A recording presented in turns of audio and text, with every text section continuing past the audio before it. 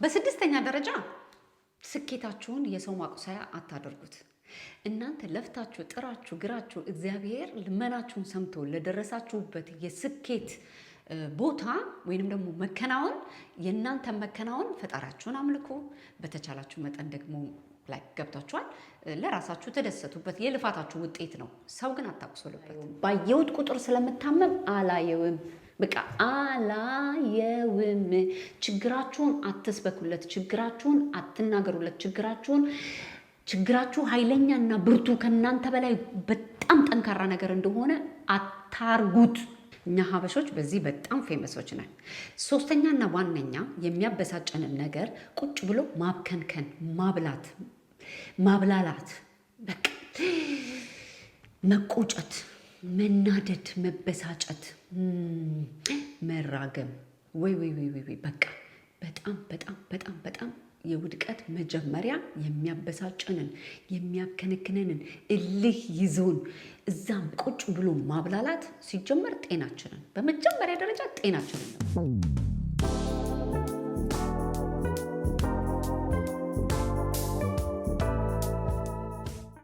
ልቅም ተደርገው የተሰሩ የሸማኔ ጋቢዎች በላብራቶሪ ቴስት ጥራታቸው የተመሰከረላቸው ፈርስት ግሬድ ኦርጋኒክ ሺያ በተር እንዲሁም ካስተር ኦይል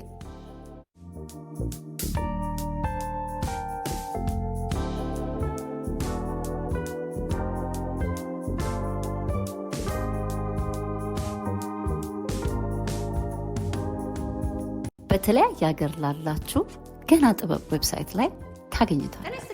ልጆች እንዲከርማችሁልኛል። ዛሬ 7 የውድቀት ባህሪያቶች ብዬ መጥቻለሁ። በጣም ብዙ የሃይማኖት አባቶችን ዋጋ ያስከፈለ እንዲሁም ደግሞ በተለያየ ጥናት የተመሰከረላቸው እኛ ላይ ያሉ የድክመት ባህሪዎች ላልተፈለገ ትልቅ ውድቀት ይዳርገናል። ብዙ ጊዜ ውድቀታችንን ከነገሮች ጋር እናያይዛቸዋለን፣ ከሰዎች ጋር እናያይዛቸዋለን፣ ከቦታዎች ጋር እናያይዛቸዋለን። አንዳንዴ ራስን መፈተሽ በጣም ይጠቅማል። የውድቀት መጀመሪያ ያለው መጀመሪያ ባህሪያችን ላይ ነው። ራሳችንን አሳልፈን ራሳችን ከሰጠን በኋላ ነገሮች እኛን የማጥቃት እድል አላቸው። እኛ ጋር ያለውን ማስተካከል የምንችለውን ማስተካከል ግድ ይላል። ከባድ ውድቀት በህይወታችን፣ በስራችን፣ በምንፈልገው ነገር ላይ እንዳያጋጥመን እያልኩኝ እስከ መጨረሻ ድረስ 7ቱንም አዳምጣችሁ የእናንተን አመለካከት የእናንተን አስተያየት ኮመንት ላይ ጻፉ። ያላስተዋልነውን ነገር እንድናስተውል፣ ችላ ያልነውን ነገር ችላ እንዳንል፣ ለውድቀት እንዳንዳረግ ስለሚረዳን እስከ መጨረሻ ድረስ አዳምጣችሁ የእናንተን ተሞክሮ ኮመንት ላይ ጻፉልን እያልኩኝ በዚህ አጋጣሚ ቻናሌን ሰብስክራይብ ያላደረጋችሁ ሰብስክራይብ፣ ላይክ፣ ሼር እያደረጋችሁ እንድታበረታቱኝ አደራ እያልኩኝ ወደ መጣሁበት ሀሳብ በአንደኛ ደረጃ ድክመታችንን አለመናገር ከብዙ ውድቀት ይዳርገናል።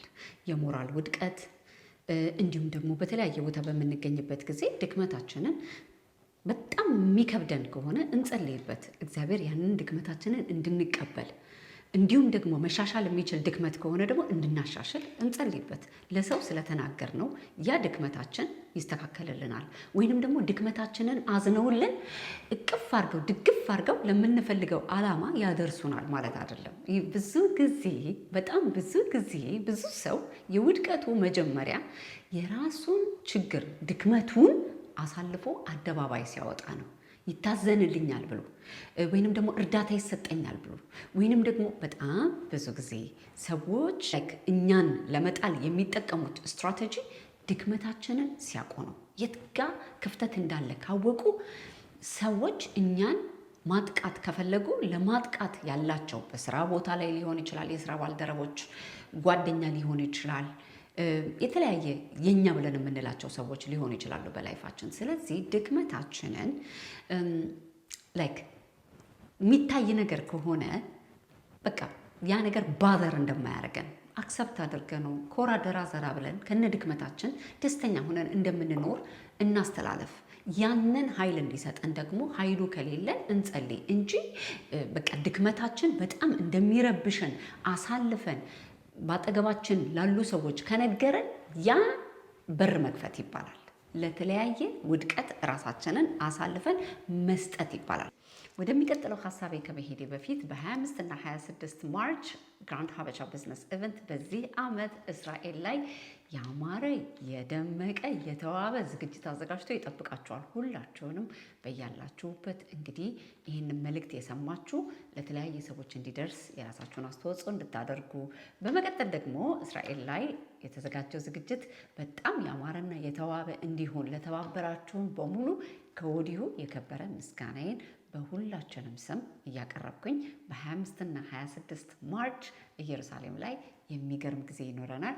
ጾም ላይ ስለሚውል ደግሞ በዛውም ደግሞ ቤተ እስራኤልን እንጎበኛለን እያልኩኝ ግራንድ ሀበሻ ቢዝነስ ኢቨንት ሴቭ ዘ ዴት በ25 እና 26 ማርች ኢየሩሳሌም ላይ። በሁለተኛ ደረጃ ዝምታ። የምትወዱለትን፣ የምትጓጉለትን፣ የምትንሰፈሰፉለትን ህልማችሁን ዝም ማለት ልመዱ። ያንን ጉጉታችሁን ለራሳችሁና ለራሳችሁ ያዙ። እንዲሳካላችሁ ከፈለጋችሁ፣ እንዲከናወንላችሁ ከፈለጋችሁ፣ ያ ህልማችሁ እጃችሁ እንዲገባ ከፈለጋችሁ ዝም ማለትን ልመዱ። ለራሳችሁ ብቻ ከፈጣሪ ጋር እየተወያያችሁበት ለዛ ህልማችሁ የሚያደርሳችሁን ዋጋ ክፈሉ። ትምህርት ሊሆን ይችላል፣ ራስን ማስተካከል፣ ጤና መጠበቅ ሊሆን ይችላል።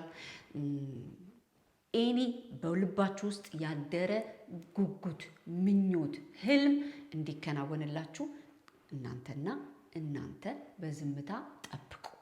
ህልማችሁን እዛ ጋም ባወራችሁት ቁጥር የእናንተን ያ ነገር ወደ እጃችሁ እንዳይገባ ጊዜውን ታዘገዩታላችሁ። ስለዚህ ለራሴ የምትሏት ለእናታችሁ፣ ምናልባት ለጸሎት ለሚያግዛችሁ ውድ ወዳጃችሁ፣ ምናልባት በጣም የምትንሰፈሰፉላት እህታችሁ ልትሆን ትችላለች እንጂ ሁል ጊዜ በልባችን ያለውን የምንመኘውን ትልቅ ጉጉታችንን፣ ህልማችንን በውስጣችን በምንይዘው ጊዜ ቶሎ እጃችን ውስጥ የመግባት እድሉ ሰፊ ይሆናል።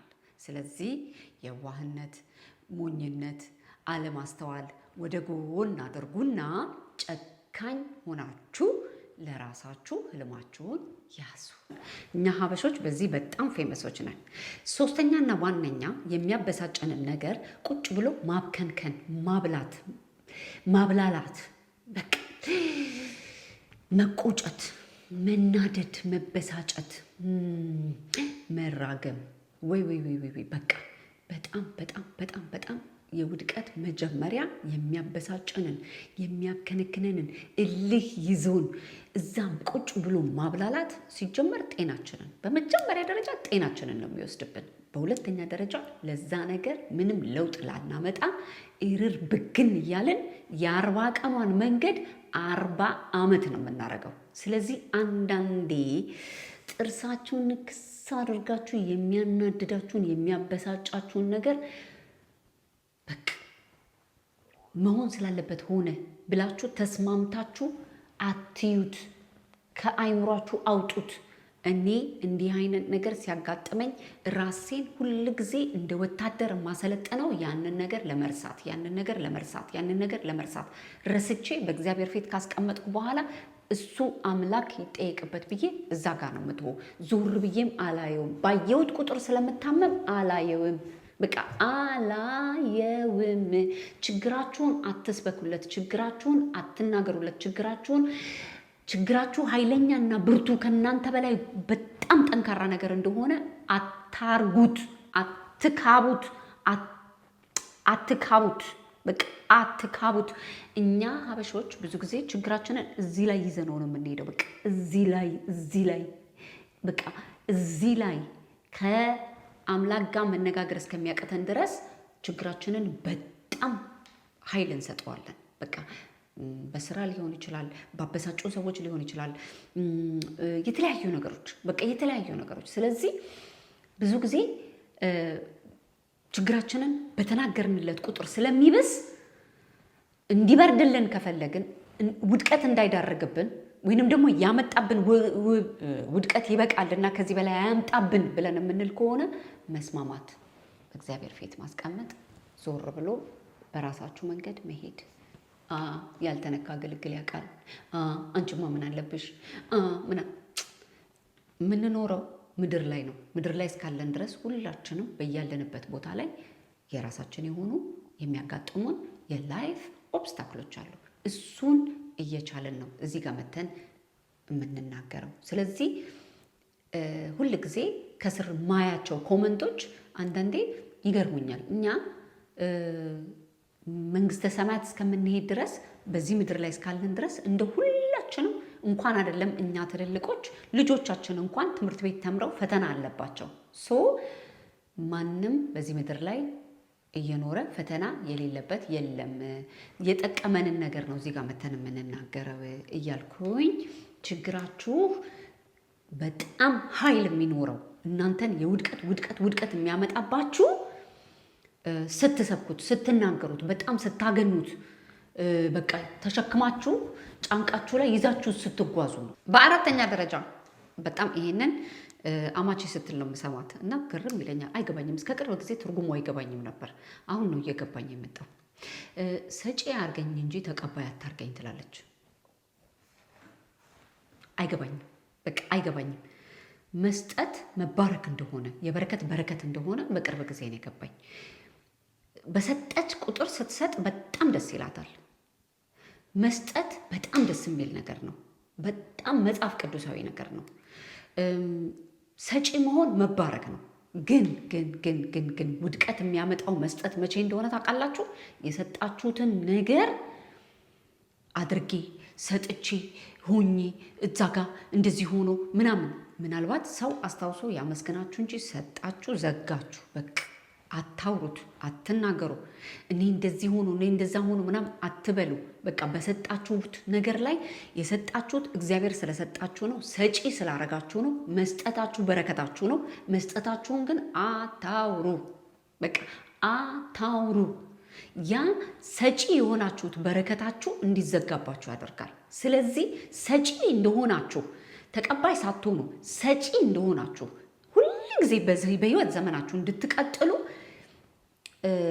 መስጠታችሁን ዝም ስትሰጥ ይላል እኮ መጽሐፍ ቅዱስ፣ ግራ የሰጠውን ቀኝህ አይ ይላል። እኔ በጣም በቅርብ ጊዜ ነው የገባኝ ይሄ ነገር። ከመስጠት በረከት አለ። በረከታችን ግን የሚቆመው ወይንም ደግሞ በረከታችንን ደግሞ የምንገዳደረው ወደ ተለያየ ወደ አልተፈለገ ውድቀት ራሳችንን የምንመራው የሰጠነውን ስንሰብክ፣ ስናወራ፣ ስንናገር እወቁልኝ ስንል ነው። ይሄ ምንድነው? ያ የመስጠት በረከታችን፣ የመስጠት ጸጋችን፣ የመስጠት እድላችን እንዲደርቅ ያደርጋል። በጣም መስጠት በጣም ጥልቅ ነገር ነው። በቃ በጣም ከምትጠብቁት በላይ አሁንም ሰጪ ያርጋችሁ። የሰጣችሁትን ግን ዝግት በዚብ አፋችሁ አያውራ። በአምስተኛ ደረጃ የምቀኝነት ባህሪ። የምቀኝነት ባህሪ በጣም ብዙ አይነት ናቸው። ምቀኝነት ብዙ ጊዜ ውስጣችሁ የሰው ስኬት የሚረብሻችሁ ከሆነ የሰው ስኬት የሆነ ውስጣችሁን ትፈትሻታላችሁ እኮ ውስጣችሁና ውስጣችሁ እኮ ታውቁታላችሁ። የሰው ነገር ደስ የሚላችሁ ከሆነ የሰው ነገር የሚያስከፋችሁ ከሆነ ውስጣችሁና ውስጣችሁ ትተዋወቃላችሁ። ሰው ልትሸውዱ ትችላላችሁ፣ ውስጣችሁን ግን አትሸውዱ። እንደነዛ አይነት የምቀኝነት ባህሪ በውስጣችሁ ፊልም የምታደርጉ ከሆነ ያንን ነገር ቶሎ ይውላችሁ እድገታችሁን፣ ስራችሁን፣ በረከታችሁን የእናንተ የሆነ ነገር በሙሉ ውድቀት ውስጥ ሳይጥልባችሁ ያንን ነገር ቶሎ አንሱ። በጣም መጥፎ ባህሪ ስለሆነ በረከት የሚበላ ወዳልተፈለገ ችግር የሚዳርግ ውድቀት በውድቀት በህይወት ላይ የሚያመጣ እጃችሁ ላይ ያለ ብር ወይንም እጃችሁ ላይ ያለ በረከት መቅኖ እንዲሆን የሚያደርግ መጥፎ መንፈስ ስለሆነ ምቀኝነት እንደው በድንገት ምቀኝነት ውስጣችሁ የሚሰማችሁ ከሆነ ቶሎ ያንን ነገር ከውስጣችሁ አውጡ። አንዳንዴ የራሳችን ድክመት በራሳችን በውስጣችን ውስጥ ሲኖር ነው ስናሽሞነሙነው ነው በውጭ በኩል ወደ አልተፈለገ ችግር የሚዳርገን ወደ አልተፈለገ ውድቀት የሚዳርገን። ይህን ትልቅ ጥንቃቄ። በስድስተኛ ደረጃ ስኬታችሁን የሰው ማቁሰያ አታደርጉት። እናንተ ለፍታችሁ ጥራችሁ ግራችሁ እግዚአብሔር ልመናችሁን ሰምቶ ለደረሳችሁበት የስኬት ቦታ ወይንም ደግሞ መከናወን የእናንተ መከናወን ፈጣሪያችሁን አምልኩ። በተቻላችሁ መጠን ደግሞ ላይ ገብታችኋል ለራሳችሁ ተደሰቱበት። የልፋታችሁ ውጤት ነው። ሰው ግን አታቁሰሉበት።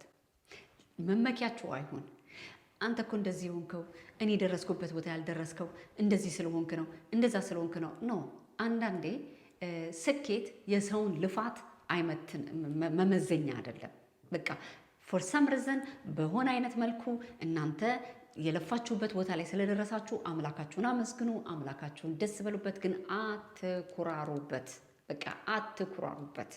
የሰው ማቁሰያ፣ የሰው ማድበኛ እንኳን አይደለም። እንዴት ብዬ ልንገራችሁ? ኖርማል ሰው አይደለም በችግራችሁ ጊዜ የሳቀባችሁን ሰው እንኳን ዘውራችሁ ተሳካልኝ ብላችሁ አንተ ያኔ ስትስቅብኝ ብላችሁ በስኬት ቦታ ላይ ባላችሁበት ጊዜ ዞራችሁ ያንን ሰው ዛሬ እግዚአብሔር እንባዬን አየ ብላችሁ ዞራችሁ ያንን ሰው አትናገሩ። ስኬታችሁን ለሰው መቁሰያ በቃ እንዴት ብዬ ልንገራችሁ? አንዳንድ ሰዎች በማይሆን ሲቹዌሽን ውስጥ በፋሚሊ ኢሹ ውስጥ አድጋችሁ እግዚአብሔር እንባችሁን አብሶ ለትልቅ ክብር ሲያደርሳችሁ ዞራችሁ እናንተ እኮ እንደዚህ፣ እናንተ እኮ እንደዛ፣ እናንተ እኮ እንደዚህ አድርጋችሁኝ እያላችሁ ሰው አታቅስሉ። ወይንም ደግሞ ያለፋችሁትን ታሪክ እግዚአብሔር በጥበቡ ያሳለፋችሁን ታሪክ እያነሳችሁ ሰው ላይ በቀል አታድርጉበት። ላይ እንዴት ብዬ ልንገራችሁ? ያኔ ያሳለፋችሁትን መከራ መልሳችሁ እዛ ጋር ሄዳችሁ ለማስረዳትና ዛሬ የደረሳችሁበት ቦታ ላይ ስላላችሁ ያንን ቦታ ተመክታችሁ እዛ ጋር ሂሳብ አታወራርዱ። ሂሳብ የእግዚአብሔር ብቻ ነው። እናንተ የተሰጣችሁን ስኬት ኑሩ። በሰባተኛና በመጨረሻ ስንፍና ካለብን ለስንፍናችን ምክንያት ማበጀት። በቃ ስንፍናችንን እንደምንም ብለን በቃ አሁን እንዴት ብዬ ልንገራችሁ? እኔ በጣም ብዙ ጊዜ አርፋጅ ነኝ እላለሁ አይደለ? ማርፈዴ በጣም የሚረብሸኝ ባህሪዬ ነው። ለማስተካከል ሁል ጊዜ የምጥረው ባህሪዬ ነው። ያንን ባህሪዬን ግን ምክንያት አልሰጠው። ጥፋት ነው ጥፋት ነው፣ በቃ አላሽሞነሙነው። ስንፍናችሁን አታሽሞንሙኑ። ሰውነታችን እንዲከሳ እንፈልጋለን አይደለ? ሰውነታችን እንዲከሳ ዳይት ማድረግ አለብን፣ ስፖርት መስራት አለብን። ስንፍና ግን መስጠት አያስፈልግም። በቃ ችግሩ የት ጋር እንዳለ ካወቅን፣ አሁን ለምሳሌ በጣም ብዙ ጣፋጭ እንወዳለን፣ ለውፍረት የሚዳርገን እሱ ነው። ወይንም ደግሞ በጣም ብዙ ሰዓት እንቅልፍ እናበዛለን፣ እሱ ነው የሚዳርገን። ወይስ ብዙ ሰዓት እንቀመጣለን፣ እሱ ነው የሚዳርገን። ምክንያቱን ካወቅን በኋላ ምክንያቱ ላይ አንዳንድ ጠጠር በቀን በቀን ቁጭ እያደረግን እናስተካከል እንጂ ምክንያት አናበጃጅለት። ስንፍናው አይደለም እኛን ይጎዳል፣ የምናበጅለት ምክንያት ነው እኛን ህይወታችንን ይጎዳል። ስለዚህ ምክንያት ለኛ ጠላታችን ነው። ምክንያት ለኛ የውድቀታችን መንስኤ ነው እንጂ ስንፍና እኮ አይደለም እኛን ለውድቀት የሚዳረገን። ምክንያት ስንፍናችንን ላለማመን የምንደረድራቸው ምክንያቶች ትልቅ ውድቀት ያመጡብናል።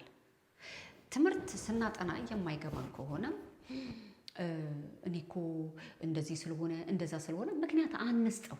በቃ ስናጠና እንዲገባን የሚረዳንን አይነት ሲስተም እንጠቀም። ዛሬ እድሜ ለኢንተርኔት በጣም ብዙ አይነት ሲስተሞች አሉ አይደለ? በደንብ እንድናጠና ስትራቴጂ የሚያስተምሩ ድክመታችን የት ጋር እንዳለ ስናቀው ኦሬዲ 50% ድክመታችንን አሸንፈነዋል። ገብታችኋል አባባሌ? እኔ በቃ ሁል ጊዜ እንዴት ብዬ ልንገራችሁ? ቱግላለሁ፣ እናደዳለሁ፣ ብስጩ ነኝ ካልን የሚያናድዱኝ እኮ እነሱ ናቸው። ነገር የሚፈልጉኝ እኮ እነሱ ናቸው። እነሱን ሰው ለመቀየር በህይወታችን የምናደርጋቸው ነገሮች በሙሉ ጊዜያችንን የሚበሉ ውድቀት የሚያመጡ ችግሮች ናቸው። እኛ ቁጡ ከሆነን ያንን ቁጡ ባህሪያችንን ልናስተካከል የሚረዳንን መፍትሄ እለት እለት ቀስ እያለን እንፍጠር እንጂ እሱ እኮ ናት ነገር የምትፈልገኝ፣ እሱ እኮ ነው ነገር የሚፈልገኝ እያለን ጣት አንጠቁም። ስለዚህ ምክንያት አንደርድር። ስንፍናችን የት ጋር እንዳለ ካወቅን ስንፍናችን ላይ እንስራ። ብር በጣም የምንበትን ከሆነ እኔ በቃ የኑሮ ውድነት እኔ ብሩ በዚህ ጋር ይመጣል፣ በዚህ ጋር ይወጣል፣ በዚህ ጋር ይመጣል፣ በዚህ ጋር ይወጣል፣ በጣም ብዙ ነገር እንላለን አይደለ? ለምንድን ነው በዚህ ጋር መጥቶ በዚህ ጋር የሚወጣው? ኦኬ የሆነ ነገር ኦኬ ያ ነገር ደግሞ እውነት ደግሞ በቃ መውጣት ስላለበት የሚወጡ ነገሮች ከሆኑ ሌላ ኤክስትራ ስራ ያስፈልገናል ማለት ነው አይደለ? ኤክስትራ የገቢ ምንጭ ያስፈልገናል ማለት ነው አይደለ? ዛሬ እድሜ ለቤታችን ቁጭ ብለን በስልካችን 30 ሺህ ነገር መስራት እንችላለን። ይኸው ኢንተርኔቱን ያጨናነቀ ማአት ፕሮሞሽን አይደለ? የስራ ፕሮሞሽን አይደለ? እና ልላችሁ የፈለግኩት ምንድን ነው ችግራችን ላይ ቁጭ ብሎ ምክንያት ከማበጀትና ከማበጃጀት ወደ መፍትሄው መሮጡ ድክመታችንን ቶሎ እንድንፈታው እንድናሻሽለው ይረዳናል። ያ ደግሞ ድክመታችንን ካሻሻለን ወደ መጥፎ ውድቀት አንዳረግም አይደል እንዴ? እና ብዙ ጊዜ የውድቀታችን መንስኤዎች ብዙ ጊዜ 70% 75% ባህሪዎቻችን ናቸው። በቃ ባህሪያው ማይንድ ሴታፓችን በቃ እኛ መስራት ያለብን ማይንድ ሴታፓችን ላይ ነው። ራሳችንን አይምሯችንን መቀየር፣ አመለካከታችንን መቀየር በቃ እሱን ስንሰራ ብዙ ችግሮቻችንን የውድቀት መንስኤዎቻችንን ከህይወታችን እናስወግዳለን እያልኩኝ የእናንተን አመለካከት የእናንተን አስተያየት የእናንተ የትኛው ነው ችግሬ ማስተካከል ያለብኝ ብላችሁ የምትሉትን ኮመንት ላይ ጻፉልን። ሁልጊዜ ያላስተዋልነውን ነገር እንድናስተውል እንደነዚህ አይነት የሚጠቅሙ ሀሳቦች እያነሳን እንድንወያይ ይረዳናል በማለት በእንደዚህ አይነት ቪዲዮ መጥቻለሁ። በዚህ አጋጣሚ ቻናሌን ሰብስክራይብ ያላደረጋችሁ ሰብስክራይብ፣ ላይክ፣ ሼር እያደረጋችሁ ሰፖርት እንድታደርጉኝ አደራ እያልኩኝ በሚቀጥለው ኢትዮ ኤልሲ ላይፍ ስታይል ላይ ጠቃሚ በሆኑ እያዝናኑ በሚያስተምሩ በተለያዩ ቪዲዮዎች እስከምንገናኝ